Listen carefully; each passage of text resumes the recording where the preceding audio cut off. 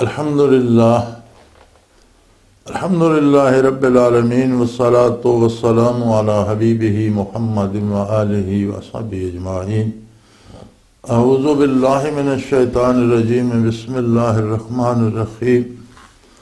واعتصموا بحبل اللہ جميعا ولا تفرقوا واذکروا نعمت اللہ علیکم اذ کنتم اعداء فألف بین قلوبکم فاصبحتم بنعمتہ اخوانا وَكُنْتُمْ عَلَى شَفَا حُفْرَةٍ مِّنَ النَّارِ فَأَنْقَذَكُم مِّنْهَا كَذَلِكَ يُبَيِّنُ اللَّهُ لَكُمْ آيَاتِهِ لَعَلَّكُمْ تَهْتَدُونَ۔ اللهم سبحانك لا علم لنا إلا ما علمتنا إنك أنت العليم الحكيم۔ مولاي صل وسلم دائما أبدا على حبيبك خير الخلق كلهم۔ حاضرین گرامی، السلام علیکم ورحمۃ اللہ۔ بہت اچھا موضوع ہے اتحاد امت، اور یہ تو ایک بین الاقوامی جملہ ہے کہ اتحاد میں برکت ہے، اتفاق میں برکت ہے، لیکن ہر اتحاد کسی بنیاد پہ ہوتا ہے، اور اسلام نے جو اتحاد اور قرآن حکیم نے جس اتحاد کی بات کی ہے وہ ہے وَتَعَاوَنُوا عَلَى الْبِرِّ وَالتَّقْوَىٰ وَلَا تَعَاوَنُوا عَلَى الْإِثْمِ وَالْعُدْوَانِ۔ برائی پہ بھی اتحاد ہو سکتا ہے، لیکن فرمایا وہ مناسب نہیں ہے۔ اتحاد نیکی اور تقوی پہ ہونا چاہیے، تعاون اور اتحاد کی بنیاد نیکی اور تقوی ہو۔ پھر اس اتحاد کے لیے کوئی چیز ہوتی ہے جو لوگوں کو ایک جگہ اکٹھا رکھتی ہے، جسے انگریزی میں بائنڈنگ فورس کہتے ہیں، ایسی طاقت جو سب کو یکجا رکھتی ہے۔ اس کا ذکر قرآن حکیم نے اس آیہ کریمہ میں ارشاد فرمایا، جو تلاوت کرنے کا شرف میں نے حاصل کیا ہے۔ اس کی بنیاد یہ ہے وَاعْتَصِمُوا بِحَبْلِ اللَّهِ جَمِيعًا۔ سارے کے سارے لوگ، تم میں سے ہر ایک جو ہے وہ اللہ کی رسی کو مضبوطی سے تھام لے۔ حبل اللہ کیا ہے؟ اللہ کی رسی کون سی ہے؟ حبل اللہ ہے اللہ اور اللہ کے رسول کے ساتھ ایمان، اللہ اور اللہ کے رسول کی اطاعت، اور حبل اللہ ہے دین اسلام۔ فرمایا اس کو مضبوطی سے تھام لو۔ ہر فرد اللہ اللہ کے رسول کی اطاعت کا ذمہ لے لے، اپنا ذمہ، اپنی ذات کا ذمہ لے کہ میں اللہ اللہ کے رسول کی اطاعت کروں گا، تو از خود تم سارے متحد ہو جاؤ گے۔ جب تمہاری بائنڈنگ فورس ایک ہوگی، متحد رکھنے والی طاقت ایک ہوگی، تو یقیناً تمہیں اتحاد کی دولت بھی نصیب ہوگی۔ پھر فرمایا وہ وقت بھی یاد کرو، یعنی حضور نبی کریم صلی اللہ علیہ وآلہ وسلم جب مبعوث ہوئے تو یوں تو ساری دنیا تاریکی میں ڈوبی ہوئی تھی، ممالک تھے، بڑی بڑی سلطنتیں تھیں، رومن امپائر تھی اور ایرانین امپائر تھی، کیسر و کسریٰ موجود تھے، اور جگہ جگہ حکومتیں تھیں، بادشاہ تھے، راجواڑے تھے، راجے تھے، مہاراجے تھے، ہر جگہ حکومتیں بھی تھیں، عدالتیں بھی تھیں، اور ہر جگہ فوجیں بھی تھیں، نظام بھی تھے، لیکن کہیں بھی انصاف نام کی کوئی چیز نہیں تھی، اور ہر شخص اکیلا اکیلا جی رہا تھا۔ کنتم اعداء، فرمایا وہ وقت یاد کرو جب ہر بندہ دوسرے بندے کا دشمن تھا۔ حکومتوں اور ان کی رعیت کے درمیان جھگڑے تھے، حکومتوں اور حکومتوں کے درمیان جھگڑے تھے، قوموں اور قوموں کے ساتھ جھگڑے تھے، ملکوں کے ملکوں کے ساتھ جھگڑے تھے، قبائل کے قبائل کے ساتھ جھگڑے تھے، خاندانوں کے خاندانوں کے ساتھ جھگڑے تھے، حتیٰ کہ ایک گھر کے افراد کی آپس میں بھی دشمنیاں تھیں، بھائی بھائیوں کے دشمن تھے، اولاد والدین کی دشمن تھی، والدین اولاد سے لڑ رہے تھے۔ کنتم اعداء، قرآن نے عجیب نام لیا کہ لوگوں تم صرف دشمن تھے۔ بنیادی طور پر انسانوں کا کردار یہ ہو چکا تھا کہ اس وقت کی تاریخ آپ دیکھیں، افریقہ میں بندوں کو بندے ہی شکار کر کے پکا کے کھاتے تھے، مغرب میں دیکھیں تو مغرب کو دا وائلڈ ویسٹ کہتے ہیں، یعنی 2 دفعہ اس کے ساتھ واشی مغرب لگاتے ہیں، وائلڈ ویسٹ۔ یورپ کے لوگ غاریں بنا کر رہتے تھے، اور انہیں اس دور کا مورخ دا کیو مین لکھتا ہے، غاروں میں رہنے والے لوگ، انہیں مکان تک بنانا نہیں آتا تھا اور کسی میں کوئی تمیز نہیں تھی۔ وسط ایشیائی اقوام ہر طاقتور کمزور کو لوٹ لیتا تھا، اس کے بیوی بچے بھی پکڑ کے لے جاتا تھا، مال بھی لوٹ لیتا تھا۔ میں ایک دفعہ ایک واقعہ پڑھ رہا تھا کہ ایک دوست کسی دوست سے ملنے گیا تو اس نے دیکھا کہ اس کا تو گھر برباد ہو چکا ہے، باغ اجڑ چکا ہے اور اکیلا بیٹھا آنسو بہا رہا ہے۔ تو اس نے پوچھا یہ کیا ہوا تمہارے ساتھ؟ اس نے کہا فلاں قبیلے نے چھاپا مارا میری عدم موجودگی میں، میرے بچے بیوی وہ بھی پکڑ کر لے گیا، مال لوٹ کر لے گیا، باغ سارا اجاڑ گیا۔ تو اس نے کہا تو رونے سے وہ واپس مل جائے گا؟ تم اٹھو، میں تمہارے ساتھ ہوں، اپنے سے کسی کمزور کو دیکھو اور اسے لوٹ کے لے آؤ، اپنا گھر آباد کر لو۔ ہندوستان میں اس سے زیادہ برتر، بر صغیر میں اس سے بدتر حال تھا۔ یعنی اس وقت کی تاریخ عالم دیکھیں تو دنیا میں ہر بندہ صرف دوسرے کا دشمن تھا۔ فرمایا کن تم عادان، تم دشمن تھے، صرف دشمن، تم سے صرف دشمنی ہو رہی تھی۔ فَأَلَّفَ بَيْنَ قُلُوبِكُمْ، اللہ کریم نے تمہارے دلوں میں محبت ڈال دی، اور یہ کس وجہ سے ڈالی؟ وَاذْكُرُوا نِعْمَتَ اللَّهِ عَلَيْكُمْ، جو اللہ کی نعمت تم پہ نازل ہوئی، اللہ کا قرآن نازل ہوا، صاحب قرآن مبعوث ہوا، آقا نامدار حضرت محمد الرسول اللہ صلی اللہ علیہ وآلہ وسلم اس عالم آب و گل میں جلوہ افروز ہوئے، آپ مبعوث ہوئے نور نبوت لے کر، اور اللہ کا کلام لے کر مبعوث ہوئے، آپ کا زندہ جاوید معجزہ جو قیامت تک ہمیشہ باقی رہے گا دنیا میں، یہ قرآن کریم لے کر مبعوث ہوئے، اور یہ ساری اللہ کی نعمت تھی۔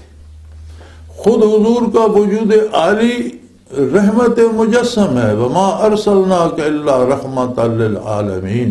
کائنات جہاں تک ہے عالمین میں اللہ جل شانہ کی ایک ذات کے علاوہ ساری مخلوق شامل ہے، سب کے لیے آپ کو رحمت بنا کر مبعوث فرمایا۔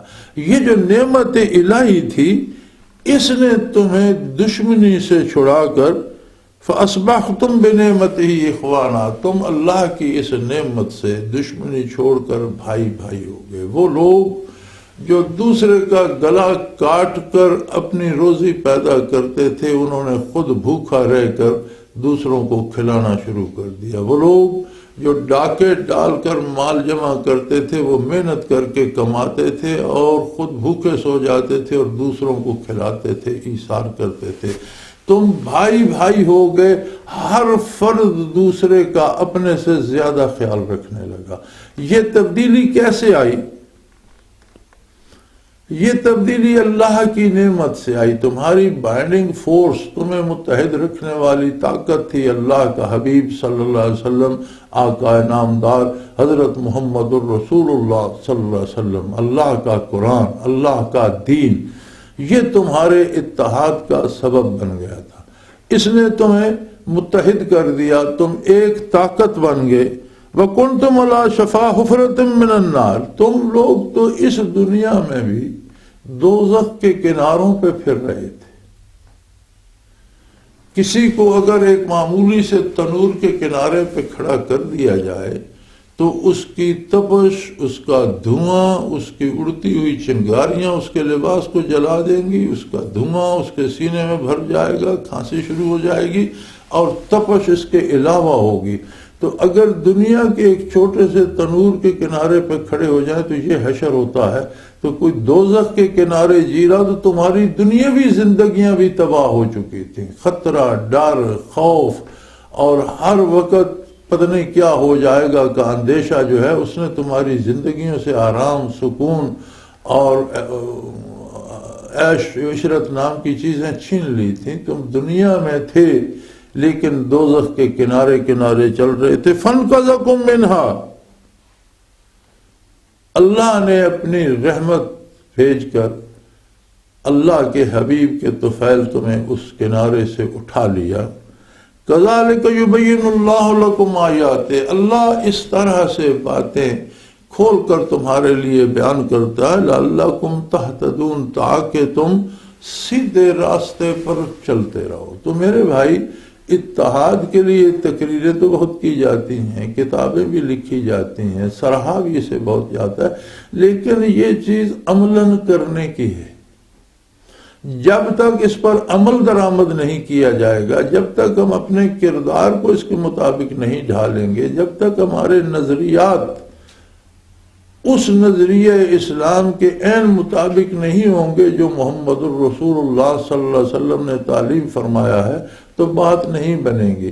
اب ایک خوبصورت، میں کل ہی دیکھ رہا تھا حلیۃ الاولیاء میں ایک حدیث پاک، حضرت خباب رضی اللہ تعالی عنہ بیان فرماتے ہیں کہ انہ راکب رسول اللہ صلی اللہ علیہ وسلم لیلۃ، کہ ایک رات میں حضور کی خدمت میں آپ کے ہم رکعت تھا، حضور کہیں تشریف لے جا رہے تھے، میں بحیثیت خادم ساتھ تھا، رات ہو گئی، فصلی، تو حضور نے نماز شروع فرما لی، حتی اذا کان مع الفجر، آپ صلی اللہ علیہ وسلم نے اتنی طویل نماز ادا فرمائی عشاء کے بعد، جو صلاۃ آپ نے شروع کی، کہ فجر طلوع ہو گئی اور فجر کی اذان کا وقت ہو گیا، تو حضور تب جا کر نماز سے فارغ ہوئے۔ قال یا رسول اللہ صلی اللہ علیہ وسلم رأیتک اللیلۃ صلیت صلاۃ ما رأیتک صلیت مثلہا، تو حضرت خباب فرماتے ہیں میں نے عرض کی یا رسول اللہ صلی اللہ علیہ وسلم، آج رات جو نماز پڑھتے میں نے آپ کو دیکھا ہے، یہ نماز پڑھتے میں نے آپ کو کبھی نہیں دیکھا، میں آپ کا خادم ہوں، آپ کی خدمت عالی میں رہتا ہوں، کبھی آپ نے اتنی طویل اور اس طرح کی نماز نہیں پڑھی۔ حضور نے فرمایا قال اجل، کہ ٹھہر جاؤ میں تمہیں اس کی تفصیل بتاتا ہوں، انہا صلاۃ رغب و رہب، یہ رغبت کی اور خوف الہی کی، محبت الہی کی اور خوف الہی کی نماز تھی۔ اس میں میں نے اللہ کریم سے 3 چیزیں مانگی ہیں۔ سالت ربی ثلاث خصال، میں نے اس طویل صلاۃ میں جس میں ساری رات گزر گئی، میں نے اس میں 3 چیزیں رب العالمین سے طلب فرمائی ہیں۔ فآتانی اثنتین، اللہ کریم نے مجھے 2 چیزیں عطا فرما دی، جو 3 میں نے مانگی تھیں ان میں سے 2 رب العالمین نے مجھے عطا فرما دی، ومنعنی واحدہ، اور ایک سے مجھے اللہ کریم نے منع فرما دیا، روک دیا کہ آپ یہ چیز طلب نہ فرمائیں۔ پھر خود حضور نبی کریم صلی اللہ علیہ وسلم نے اس کی تفصیل ارشاد فرمائی، سألت اللہ یہلکنا بما ہلک بہ الامم، میں نے یہ عرض کی کہ یا اللہ میری امت کو اس طرح کے عذابوں سے ہلاک نہیں کیجیے گا جس طرح پہلی امتوں پر عذاب ہوئے۔ کسی پر آندیاں آئیں، طوفان آئے، وہ اس کی نظر پوری امت تباہ ہو گئی، کسی پر بجلی کی کڑک آئی، اس میں تباہ ہو گئی، کوئی پانی میں غرق ہو گئی، کسی پر آگ برسائی گئی، کسی پر پتھر برسائے گئے، کہیں کسی کو زمین میں دنسا دیا گیا۔ تو اس طرح جو اجتماعی عذاب امتوں پہ آتے تھے اور وہ تباہ ہو جاتی تھی، اللہ میری امت کو، ہمیں اس عذاب سے پناہ دے۔ فرمایا فَأَعْطَانِي ذَلِكَ، اللہ نے یہ نعمت مجھے عطا کر دی، میری امت اس طرح ہلاک نہیں ہوگی۔ دوسری چیز حضور نے فرمایا فَسَأَلْتُهُ أَلَّا يُسَلِّطَ عَلَيْنَا عَدُوًّا فَيُهْلِكْنَا، یہ قابل غور ہے۔ یہ محمد الرسول اللہ صلی اللہ علیہ وسلم آج سے 1430 سال پہلے کی بات ہے، 1450 سال کی بات ہے۔ ہم ابھی عالم آب و گل میں تھے، ہمارے وجود کہیں مٹی کے ذرات میں ملے ہوئے تھے، ہمارا خمیر بھی تیار نہیں ہوا تھا۔ وہ کیا محبوب الہی تھا، کتنا کریم تھا کہ اس وقت ہماری فکر کر رہا تھا جب ابھی ہم عالم آب و گل میں تھے اور ہمارے ذرات دنیا میں منتشر تھے، ہمارا وجود بھی نہیں بنا تھا۔ لوگوں، کیا رحیم و کریم رسول تھا اللہ، اور کتنی محبت کرتا تھا اپنی امت سے اور اپنے چاہنے والوں سے۔ ظاہر ہے صحابہ کرام رضوان اللہ علیہم اجمعین کی تو حالت ہی اور تھی، وہ تو فنا فی رسول تھے، وہ تو وہی کرتے تھے جو حضور فرماتے تھے۔ یہ باتیں تو سمجھ میں آتا ہے کہ ہم ہی لوگوں کے لیے حضور طلب فرما رہے تھے کہ میرے امت پہ کافروں کو اور دشمنوں کو مسلط نہ کر دینا یا اللہ کہ وہ انہیں ہلاک کرتے رہے۔ فرمایا فَآتَانِي ذَلِكَ، اللہ نے یہ نعمت بھی مجھے عطا کر۔ تیسری چیز فرمایا میں نے یہ عرض کی ہے اللہ یلبس امتی شیعا، اے میرے اللہ میری امت کو گروہوں میں اور فرقوں میں بانٹ نہ دینا۔ فمنعنی ذالک، اللہ کریم نے مجھے منع فرمایا کہ میرے حبیب یہ بات نہ کریں۔ کیوں منع فرمایا؟ اس لیے کہ بندے کو عقیدہ رکھنے کا اختیار دیا ہے اللہ نے، اور اسی پر اس کا حساب ہوگا۔ سو فرمایا یہ اختیار میں بندے کو دے چکا ہوں میرے حبیب، اب اگر کوئی ہدایت پہ رہنا چاہتا ہے تو میں اس کی مدد کروں گا، لیکن کوئی گمراہ ہونا چاہتا ہے تو اسے روکوں گا نہیں، اس کا حساب قیامت کو ہوگا۔ اس لیے اپنے حبیب رحمت اللہ عالمین صلی اللہ علیہ وسلم کو منع فرما دیا۔ یہ جو دوسری بات درمیان میں آئی ہے یہ بہت ہی عجیب و غریب ہے کہ آج ہم اپنا حال دیکھتے ہیں تو روئے زمین پر ہر جگہ غیر مسلم قوتیں، کفار و مشرکین مسلمانوں کو اس طرح مار رہے ہیں جیسے کوئی دسترخوان پہ چنے ہوئے کھانوں کو کھاتا۔ خون مسلم آج پانی سے بھی ارزاں ہو گیا، اور عجیب بات ہے کہ نبی کریم صلی اللہ علیہ وسلم نے تو اس سے پناہ مانگی اور فرمایا اللہ میری امت کو ہمیں فَسَأَلْتُهُ أَلَّا يُسَلِّطَ عَلَيْنَا عَدُوًّا، ہم پر دشمن کو غالب نہ کرنا، مسلط نہ کرنا، فَيُهْلِكْنَا، کہ وہ ہمیں قتل کرتا رہے، ہمیں ہلاک کرتا پھرے۔ یہاں قابل توجہ بات یہ ہے کہ دعا کے جملے میں ارشاد نبوی یہ ہے اللہ یسلط علینا، ہم پر۔ اس ہم میں خود محمد الرسول اللہ صلی اللہ علیہ وسلم کی ذات بھی شامل ہے اور آپ کی ساری امت اس میں شامل ہے۔ تو پھر آج ہم پر کافر کیوں مسلط ہے؟ حالانکہ حضور فرماتے ہیں فَآتَانِي ذَلِكَ، اللہ نے تو یہ نعمت مجھے دے دی۔ تو اب قابل فکر قابل غور بات یہ ہے کہ کہیں ایسا تو نہیں کہ عقائد کے معاملے میں اور کردار کے معاملے میں دونوں طرح سے کہیں ہم دامن رسالت چھوڑ تو نہیں چکے، کہیں ہم ان لوگوں میں تو نہیں جنہیں امت میں شمار ہی نہ کیا جا رہا ہو عند اللہ، کہیں ایسا تو نہیں کہ ہم پہ اگر جگہ جگہ کافر مسلط ہے، ہم پہ اگر جگہ جگہ دشمن مسلط ہے۔ حضور نے دشمن کی بات کی ہے، فرمایا اللہ یسلط علینا عدوا، ہم پر دشمن کو مسلط نہ کرنا یا اللہ، فیہلکنا، کہ وہ ہمیں ہلاک کرتا رہے اور ہمیں تباہ کرتا رہے۔ تو اس میں دو باتیں قابل توجہ ہیں۔ ایک بات یہ ہے کہ دشمن کو ہم پہ مسلط نہ کرنا، وہ اسلام کا مسلمانوں کا دشمن ہوگا، کسی فرقے سے تعلق رکھتا ہو۔ دنیا میں فرقے دو ہی ہیں، مومن یا کافر۔ حضور صلی اللہ علیہ وسلم کا ارشاد ہے الکفر ملت واحدہ، کفر ایک ہی ملت ہے۔ اب ان کے عقائد میں فرق ہے، نظریات میں فرق ہے، طریقے عبادت میں فرق ہے، لیکن بنیادی طور پر کافر کافر ہوتا ہے اور مومن مومن ہے۔ دنیا میں دو ہی قومیں ہیں، مومن یا کافر، حزب اللہ یا حزب الشیطان، اللہ کی فوج یا شیطان کا لشکر۔ تو حضور نے فرمایا اللہ یسلط علینا عدوا، ہم پر دشمن کو غلبہ نہ دینا، ہم پر دشمن کو مسلط نہ کرنا، یہلکنا، کہ وہ ہمیں ہلاک کرتا رہے۔ فرمایا فآتانی ذالک، اللہ نے یہ نعمت مجھے عطا کر دی۔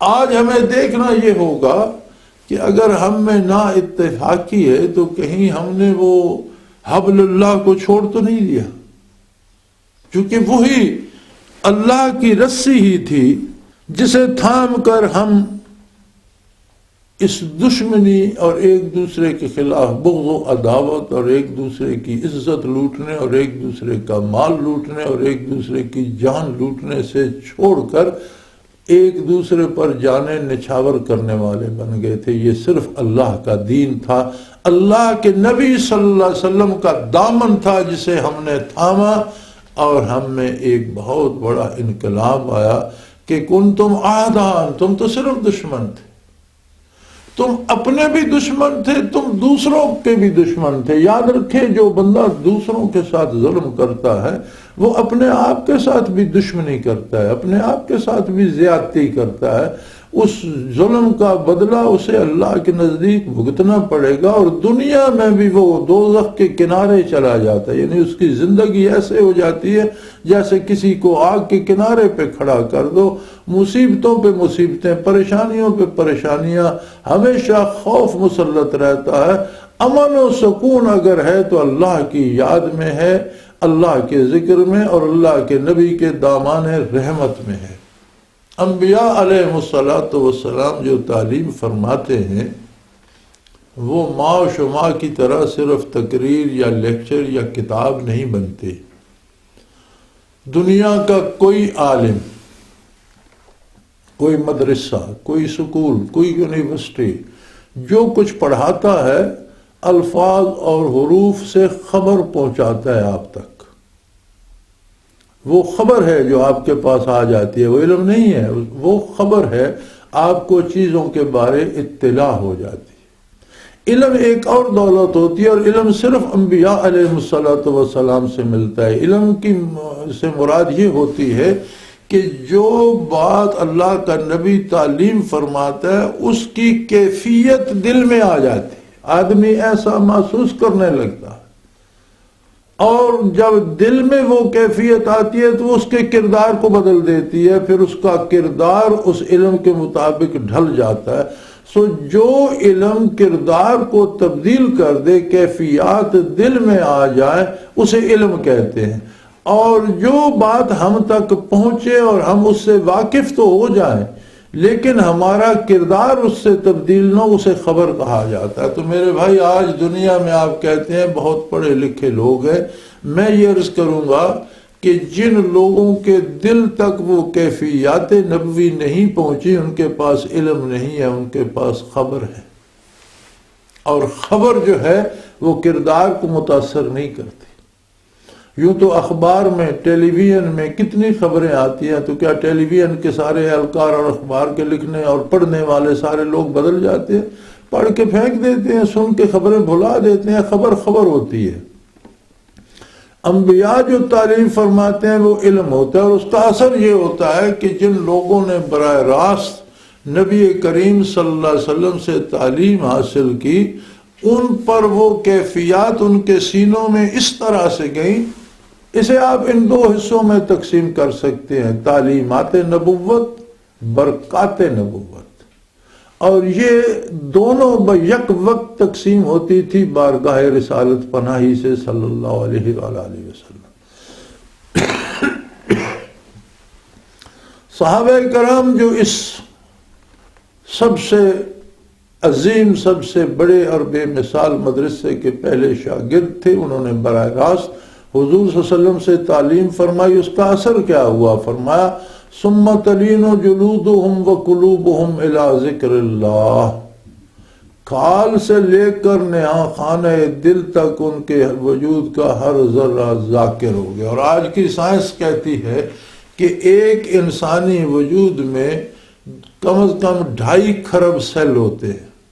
ایک بندے کے وجود میں جو اس کے باڈی سیل ہیں، آج سائنس کہتی ہے کہ ان کی تعداد 2.5 کھرب ہوتی ہے، اور وہ نئے بنتے رہتے ہیں، پرانے جھڑتے رہتے ہیں، یعنی ان میں موت و حیات مسلسل جاری رہتی ہے۔ آدمی جدھر چلتا ہے، جہاں بیٹھتا ہے، جہاں سوتا ہے، جدھر جاتا ہے، وہ اس کے وجود کے سیل وہاں گرتے رہتے ہیں اور نئے سیل بنتے رہتے ہیں۔ کوئی سیل 6 مہینے سے زیادہ نہیں چلتا، یعنی 6 مہینے میں انسان کا پورا وجود بدل کر نیا وجود بن جاتا ہے۔ تو یہ جو 2.5 کھرب سیل ہے، فرمایا جنہوں نے براہ راست تعلیم حاصل کی محمد رسول اللہ سے، قلبی کیفیات ان کے قلوب میں اس طرح گئیں کہ ان کے وجود کے وہ 2.5 کھرب سیل ذاکر ہو گئے۔ یعنی سانس ایک مرتبہ لیتے تھے اور اللہ کے نام کی صدا ان کے وجود سے 2.5 کھرب بار نکلتی تھی۔ یہ جو ذکر الہی برکات نبوت میں سے تھا، اس نے دلوں کو بدل دیا، سوچوں کو بدل دیا، اور سوچیں بدلی تو کردار بدل گیا، کیفیات بدل گئیں۔ جو دشمن تھے وہ سب سے زیادہ محبت کرنے والے بن گئے۔ اور میں یہ دعوے سے کہتا ہوں کہ دنیا میں کسی نے محبت کی ہے تو صحابہ کرام رضوان اللہ علیہم اجمعین نے حضور نبی کریم صلی اللہ علیہ وسلم سے محبت کی ہے، جس کی نظیر تاریخ انسانی میں نہیں ملتی۔ آج بھی میرے دوستوں، میرے بزرگوں، میرے عزیزوں، آج بھی وہی نسخہ کارگر ہے۔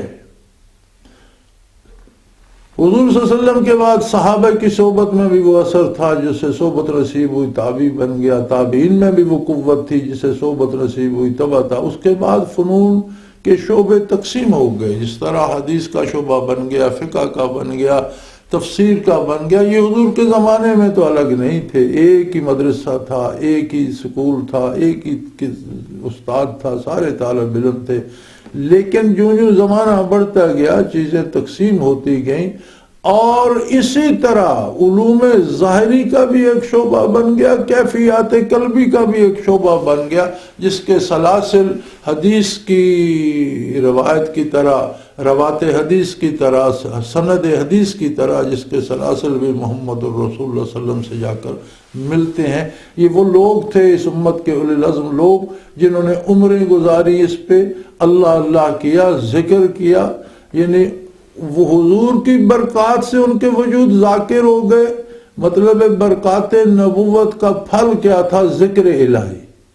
جو پھل ہوتا ہے وہی چیز کا بیج بھی ہوتا ہے۔ صوفیاء اور اہل اللہ نے اس کو اس طرح استعمال کیا کہ ہر دل میں اللہ کے ذکر کا بیج بو دو تاکہ وہی برکات لوٹ آئے، انوارات محمد الرسول اللہ نصیب ہوں، برکات محمد الرسول اللہ نصیب ہوں، اور بندے کا کردار اسلام کے سانچے میں ڈھل جائے۔ میرے بھائی، جب لوگ تبدیل ہو کر دشمن سے دوستی نہیں، دشمن سے محبت کرنے والے، دشمن سے عاشق، دشمن سے محبوب بن رہے تھے، اس وقت کوئی تبلیغی جماعت نہیں تھی، اس وقت کوئی مدارس نہیں تھے، اس وقت کوئی درس بخاری اور درس حدیث نہیں ہوتا تھا، کوئی درس تفسیر نہیں ہوتا تھا، کوئی مدرسہ نہیں تھا، کوئی تبلیغ نہیں ہوتی تھی۔ برکات ایک ایک جملے میں پہنچتی تھی، اور جہاں برکات نبوت پہنچتی تھی انسان بدل جاتا تھا۔ آج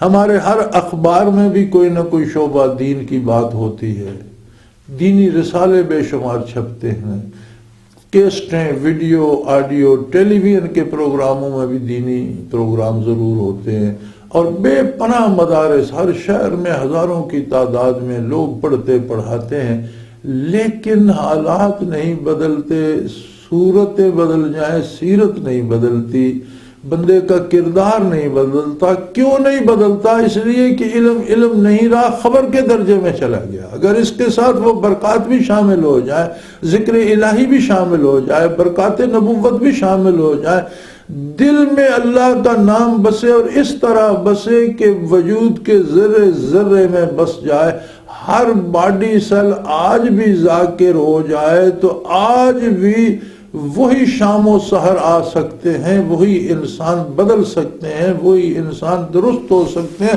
باب رحمت واہ ہے، آج بھی نبوت و رسالت حضور آقا نامدار صلی اللہ علیہ وآلہ وسلم ہی کی ہے، آج بھی سارا کرم محمد الرسول اللہ صلی اللہ علیہ وسلم ہی کا ہے، آج بھی ساری برکات موجود ہیں۔ آج بھی قرآن کریم فرماتا ہے، یا ایھا الذین آمنوا ان تطیعوا فریقا من الذین اوتوا الکتاب، میں خود نہیں کہہ رہا، یہ قرآن کریم کی آیت کریمہ ہے، اور ذرا غور فرمائیے گا، توجہ فرمائیے گا۔ اے وہ لوگوں جو ایمان رکھتے ہو، یا ایھا الذین آمنوا، اے وہ لوگوں جنہیں نور ایمان نصیب ہے، اگر تم اہل کتاب کی پیروی کرو گے، یہود و نصارہ کا کردار اپنا لو گے، ان تطیعوا فریقا من الذین اوتوا الکتاب، کسی ایسی جماعت کی پیروی کر لو گے جو اہل کتاب میں سے ہے، یہود میں سے ہے، نصارہ میں سے ہے، تو اس کا نتیجہ یہ ہوگا یردوکم بعد ایمانکم کافرین، وہ لوگ تمہیں ایمان کے بعد، مسلمان ہونے کے باوجود وہ کھینچ کر تمہیں کفر میں لے جائیں گے۔ ذرا توجہ فرمائیے گا، اپنے ہمارے آج کے کردار، ہماری شکل و شباہت، ہمارا لباس، ہمارے اطوار، ہماری تہذیب جسے ہم کہتے ہیں، ہماری تہذیب، ہمارا کلچر اور ہماری روشن خیالی، یہ کیا ہے؟ قرآن کریم اس پہ بات کر رہا ہے کہ اے ایمان والو، اگر تم اہل کتاب میں سے کسی فریق کی پیروی کرو گے، ان کی اطاعت کرو گے، یردوکم بعد ایمانکم کافرین، یہ تمہیں مسلمان ہونے کے بعد پھر کھینچ کر کفر میں لے جائیں گے، اور تم پھر کفر کی ملامت تمہارے گلے پڑ جائے گی۔ لیکن آگے ارشاد فرماتا ہے وَكَيْفَ تَكْفُرُونَ، تم کیسے کافر ہو سکتے ہو؟ ہرگز، یعنی تم کافر نہیں ہو سکتے، تمہارے پاس بہت بڑی دولت ہے، وہ کیا ہے؟ وَأَنْتُمْ تُتْلَى عَلَيْكُمْ آیات اللہ، تم ہی تو وہ لوگ ہو جن پر اللہ کی آیات پڑھی جاتی ہیں، جنہیں آج بھی اللہ سے شرف ہم کلامی حاصل ہے۔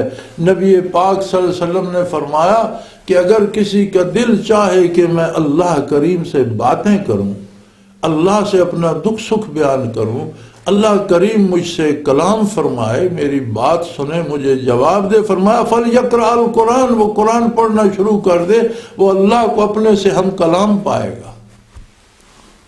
قرآن کریم پڑھنے کے بھی دو طریقے ہیں، ایک ہم پڑھتے ہیں، ہمیں کوئی پتہ نہیں ہوتا کیا پڑھ رہے ہیں، ثواب ہوگا مناسب۔ قرآن کو دیکھنا بھی عبادت ہے، چھونا بھی عبادت ہے، پڑھنا بھی عبادت ہے، اور فائدہ ہوتا ہے۔